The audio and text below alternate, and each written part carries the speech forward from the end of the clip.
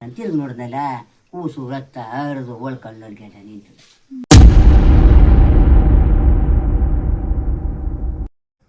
ಆಗ ಬಂದಿಟ್ಕೆ ಸುತ್ತೈತು ಕೂಸು.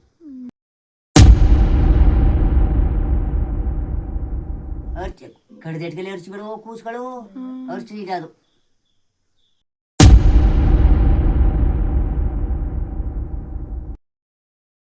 ಇವರೇ ನಮ್ಮ ಇವತ್ತಿನ ಕಥೆಯ ನಾಯಕಿ ಸಿದ್ದಮ್ಮ.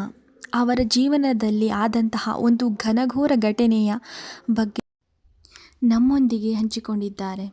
ಹಾಗೂ ಈ ಕಥೆಯ ಸಂಪೂರ್ಣ ವಿವರವನ್ನು ನೀವು ಸ್ವತಃ ಅವರ ಬಾಯಿಯಲ್ಲೇ ಕೇಳಬಹುದು. ಇದು ಸ್ವಂತ ಅವರ ಮೊದಲ ಮಗುವಿನ ಒಂದು ಭಯಾನಕ ದುರ್ಘಟನೆಯಾಗಿದೆ.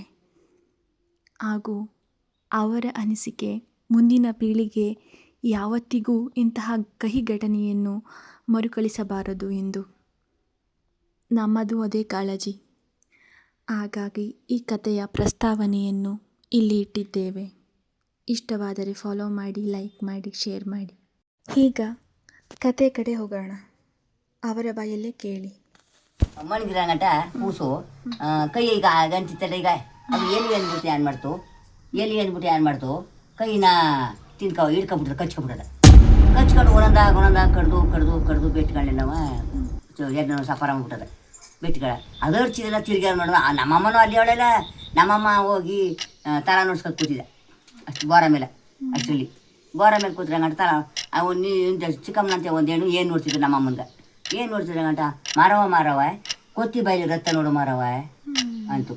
ಓಯ್ ಅದೇನು ಬಂತಮ್ಮಿ ಗೊತ್ತಂತ ತಡಮಿಡಿ ಅನ್ಕೊಂಡು ಹಿಡ್ಕೊಂಡು ಕೊತ್ತಿಕೊಂಡಾಗಿ ಇದಿರದ ರಕ್ತ ಅನ್ಕೊಂಡು ಈಗ ಅಂತಿದ್ದ.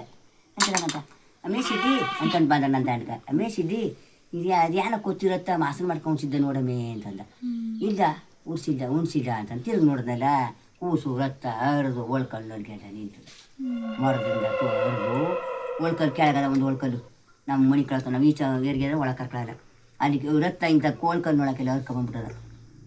ರಕ್ತ ಬೆಟ್ಟನ ಕಡ್ಕೊಂಡು ಕೂಸು ಸಪ್ಪಟಾಗಿ ಹೋಗಿ ತಿಂದು ಕಡಕತ್ತಲ್ಲ ಬೆಟ್ಟನೆಲ್ಲ ಸೋಪ್ನಾಗನ ಕಣ್ಣು ಮುಚ್ಕೊಂಡು ಬಿದ್ದಿತ್ತು. ಬೆಳ್ಳು ಮಾತ್ರ ತಿಂದಿರೋದು, ಇನ್ನೇನು ತಿಂದಿರಲಿಲ್ಲ, ಬರೀ ಬೆಳ್ಳುಗಳು ತಿಂದು ಕಡಿತು. ಅದು ಒಂದು ಕೈಯ, ಇನ್ನೊಂದು ಕೈ ತಿಂದಿರಲಿಲ್ಲ. ಆಗ ಗುಡು ನೋಡಿ ಬಂದು ಪಾಪು ಹಳ್ಳಿಲ್ಲ, ನಾನು ಹಳ್ಳಿಲ್ಲ. ಆಮೇಲೆ ತಿರ್ಗವ ಕೂಸು ಹಳ್ದೆ ಇರೋನ್ಗಂಟ ತಿರುಗಿ ನೋಡೋನ್ಗಂಟ ತಳ ಕೂಸು ನೋಡ್ತೀನಿ ಅಂದ್ಬಿಟ್ಟು ನೋಡಿದ್ನಲ್ಲ ಬೆಟ್ಟೆಲ್ಲವ ಗಣ್ಕೊಂಡು ಮರದಲ್ಲಿ ಗಣ್ಕೊಂಡು ಬಿದ್ದಿತ್ತು. ಆಮೇಲೆ ತಕ್ಕ ಬಿತ್ತಿನ ತಗೊಂಡು ಗೌರ್ಮೆಂಟ್ ಹಾಸ್ಪಿಟ್ಲ್ ಕರ್ಕೊಂಡು ತಗೊಂಡು ಓಡಿದ್ರು. ನಮ್ಮ ಅಪ್ಪ ನಮ್ಮಮ್ಮ ಎಲ್ಲ ಹೋದ್ರು. ಹೋಗಿ ಅಲ್ಲಿ ಬ್ಯಾಂಡೇಜ್ ಹಾಕಿ ಕೂಸಿನ ಕೈಗೆ ಕಟ್ಟಿದ್ರು. ಇಂಜೆಕ್ಷನ್ ಮಾಡಿಲ್ಲ. ಇನ್ನು ಬದುಕಿತ ಪಾಪು ಬದುಕಿತ್ತು. ಬ್ಯಾಂಡೇಜ್ ಹಾಕಿ ಒಂದು ದಿನ ಇತ್ತು, ಕಳೆದು ಒಂದು ದಿನ ಇತ್ತು. ಆಗ ನೀವು ಎಲ್ಲಿ ಹೋಗಿದ್ರಿ ಪಾಪನ ಸಣ್ಣ ಪಾಪನ ಕಡಿಯ ಗಂಟ ನೀವು ಅಂತ ಅವ್ರು ಕೇಳೋದು. ಕೇಳಗಂಟ ಈ ನಿದ್ಗೆಟ್ಬಿಟ್ಟಿದ್ದು. ಅದಕ್ಕೆ ನಾನು ಅಲ್ಲಿ ಎಷ್ಟು ದೂರದಲ್ಲಿ ಕೂತಿದ್ದಿ, ನಮ್ಮ ಹೆಣ್ಣು ಒಳಗೆ ಮಲಗಿತ್ತು ಅನ್ಕೊಂಡು ನಮ್ಮಮ್ಮ ಅಂದ. ಆಗ ಬಂದಿಟ್ಕೆ ಸುತ್ತೈತು ಕೂಸು.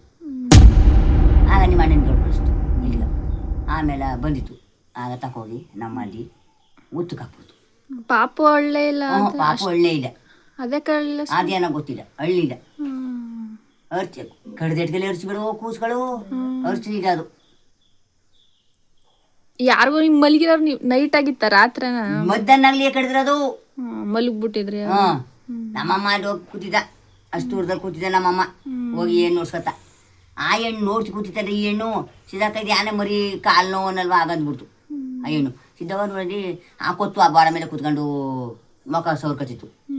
ಆ ಮರವ ನೋಡಿ ಕೊತ್ತಿ ಬೈಲ್ ರತ್ತುವ ಅಂತ ಆ ಹೆಣ್ಣಂತು. ಆ ಹೆಣ್ಣು ಅದಕ್ಕೆ ಅವೇನು ಮಾಡ್ದ ಕೊತ್ತಿ ಹಿಡ್ಕೊಂಡು ಇಜಿರದ ರತ್ತ ಇದೇನು ಮಾಡ್ದು ಬಿಟ್ಟ ಕಣಿ ಯಾರು ಮಾಡ್ಕೊಂಡು ಸೌರಿಸಿದ ಕೊತ್ತಿನ ಹಿಡ್ಕೊಂಡು.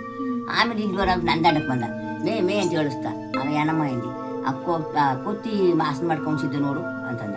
ಇಲ್ಲ ಉಣ್ಸಿದ್ದ ಅಂದಿ. ಆಮೇಲೆ ಕೂಸಿಂದಿಕ್ಕೆ ನೋಡ್ತೀನಿ ಎಲ್ಲ ರಕ್ತ ಹರಿದು ಒಳ್ಕಲ್ಲು ನೋಡಕ್ಕೆ ನಿಂತದ. ಆಗ ಲಬ ಬಂದು ಬಾಯಿ ಬಡ್ಕೊಂಡು ಕೂಸಿನ ಕೈ ಕಮ್ಮ ಅಂತಂದು. ಆಗ ಎತ್ಕೊಂಡು ಹುಡುಗನ್ನ ಆಸ್ಪತ್ರೆ ಕರ್ಕೊಂಡೋದು. ಎಲ್ಲಿಗೂ ಮಣ್ಣು ತಿಂತಿದ್ರೆ ಒಟ್ಟಿಗೆ ಅನ್ನ ಉಣ್ತಿದ್ರೆ ನೀವು ಸಣ್ಣ ಪಾಪನ ನೋಡ್ಕೊಳ್ದಿಯೇ ಅನ್ಕೊಂಡು ಬೋದ್ಬಿಟ್ಟು ಅದಕ್ಕೆ ಕೂಸು ಕೈಗೆ ಬ್ಯಾಂಡೇಜ್ ಹಾಕಿದ್ರು. ಕರ್ಕೊಂಬಂದು 5 ನಿಮಿಷ ಇತ್ತು. ಆಮೇಲೆ ಸತ್ತೋಯ್ತು.